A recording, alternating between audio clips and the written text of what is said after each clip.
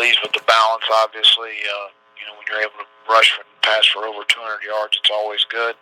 Really good on third down. I thought Brian put us in some good spots, and our players did a really good job of executing. And really, we blocked extremely well in the run game. We got a hat on a hat, and that was very, very good, especially with some of the different looks they were giving us. And I think that from a negative standpoint, if we had some one-on-ones with our running backs in space, we got to win. I mean, there should have been some huge yardage plays.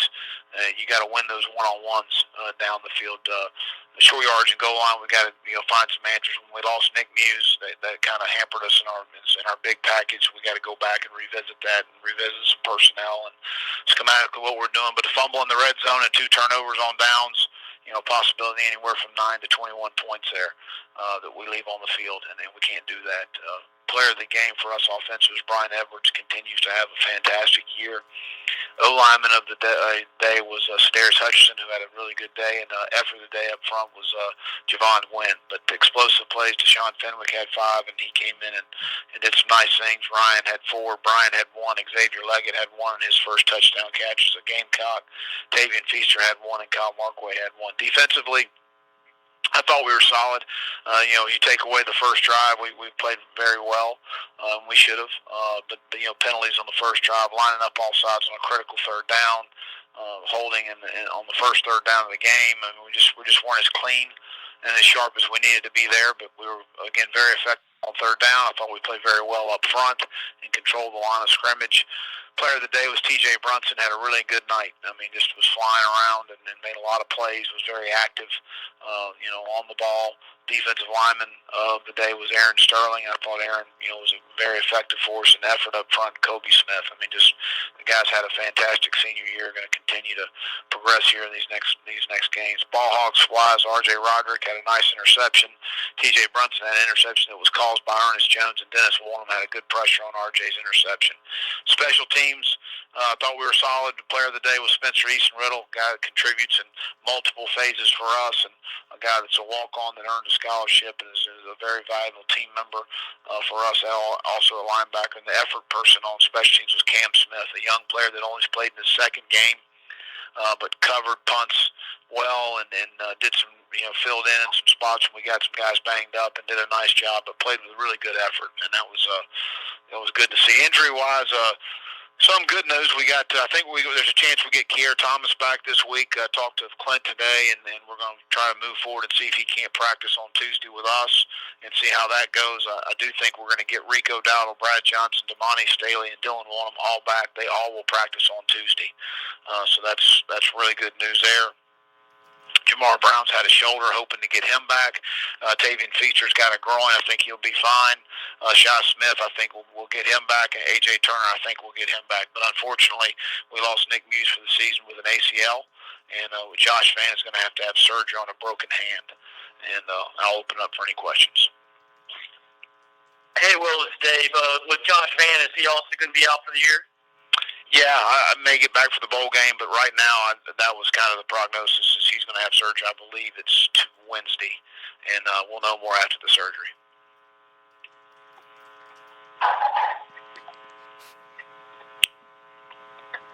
Will, this is Colin. I think Ryan didn't get sacked at all last night. Just did you guys do anything different in the past game, or was it just guys playing a little bit better than they did maybe last week?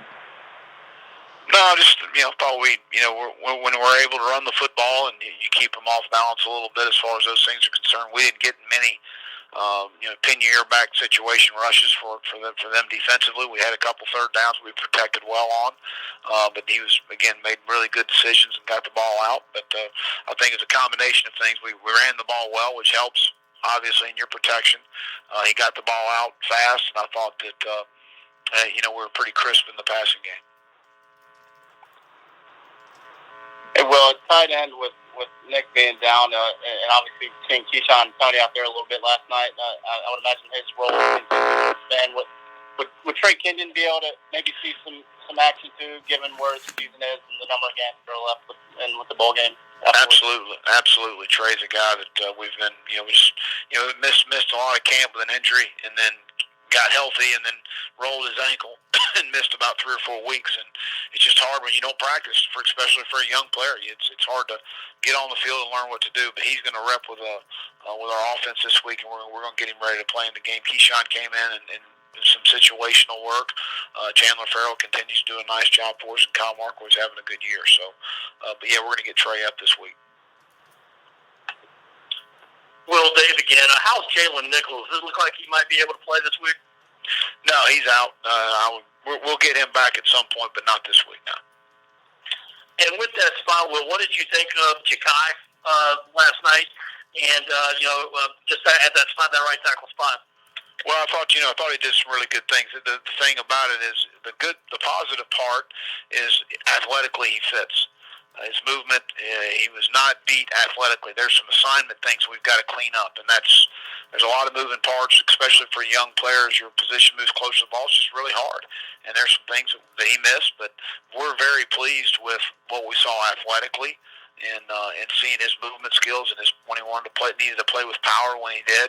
Obviously, there's some things fundamental we can clean up and some assignments we can clean up, but past that, we were extremely pleased with his performance.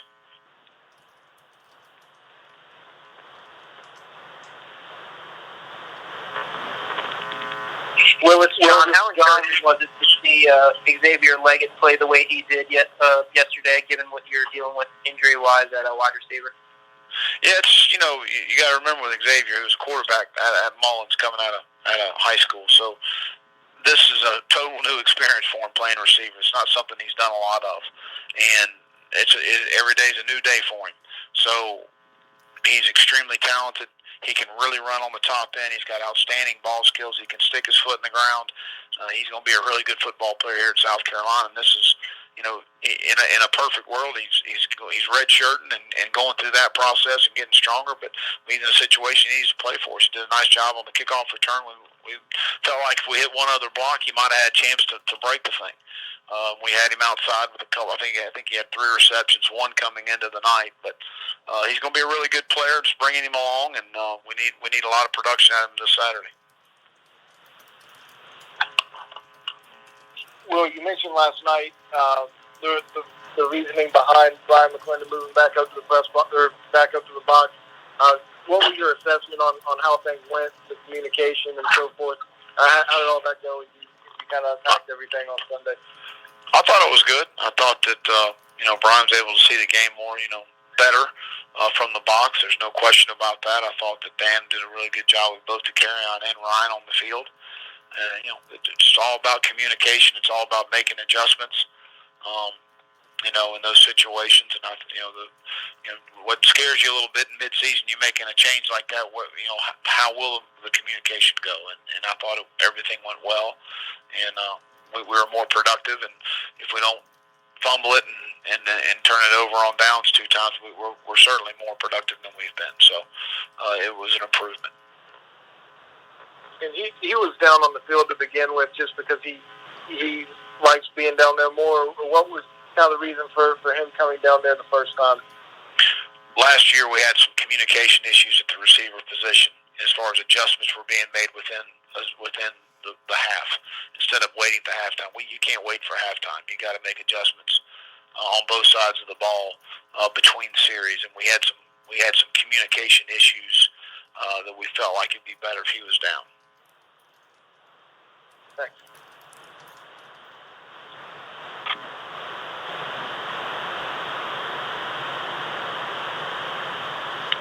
Well, Dave, again, obviously Appalachian State fell out of the top 25 this week, but they're a team that's had a lot of success over the last 2 years. What have you seen from them on tape so far? Well, I just, gotten a little glimpse at them here this afternoon, but, I think, first of all, you got to credit Coach Satterfield with the job they did recruiting. I mean, a lot of these guys are older players. 19 of their 22 starters are juniors or seniors. Guys that have won a lot of football games, that have played, a lot of really good football, and they're really good at the quarterback position, at the skill positions offensively. Defensively, they got some very active guys up front and good cover guys in space. So they've won a bunch of games, and we certainly got our work cut out for us. But in the small glimpse, that was the one thing that jumped out at me, to see that 19 of their 22 starters are seniors and juniors, and most of them have been redshirted. So you're talking about guys that are 4- and 5-year guys in a program, and that's always beneficial.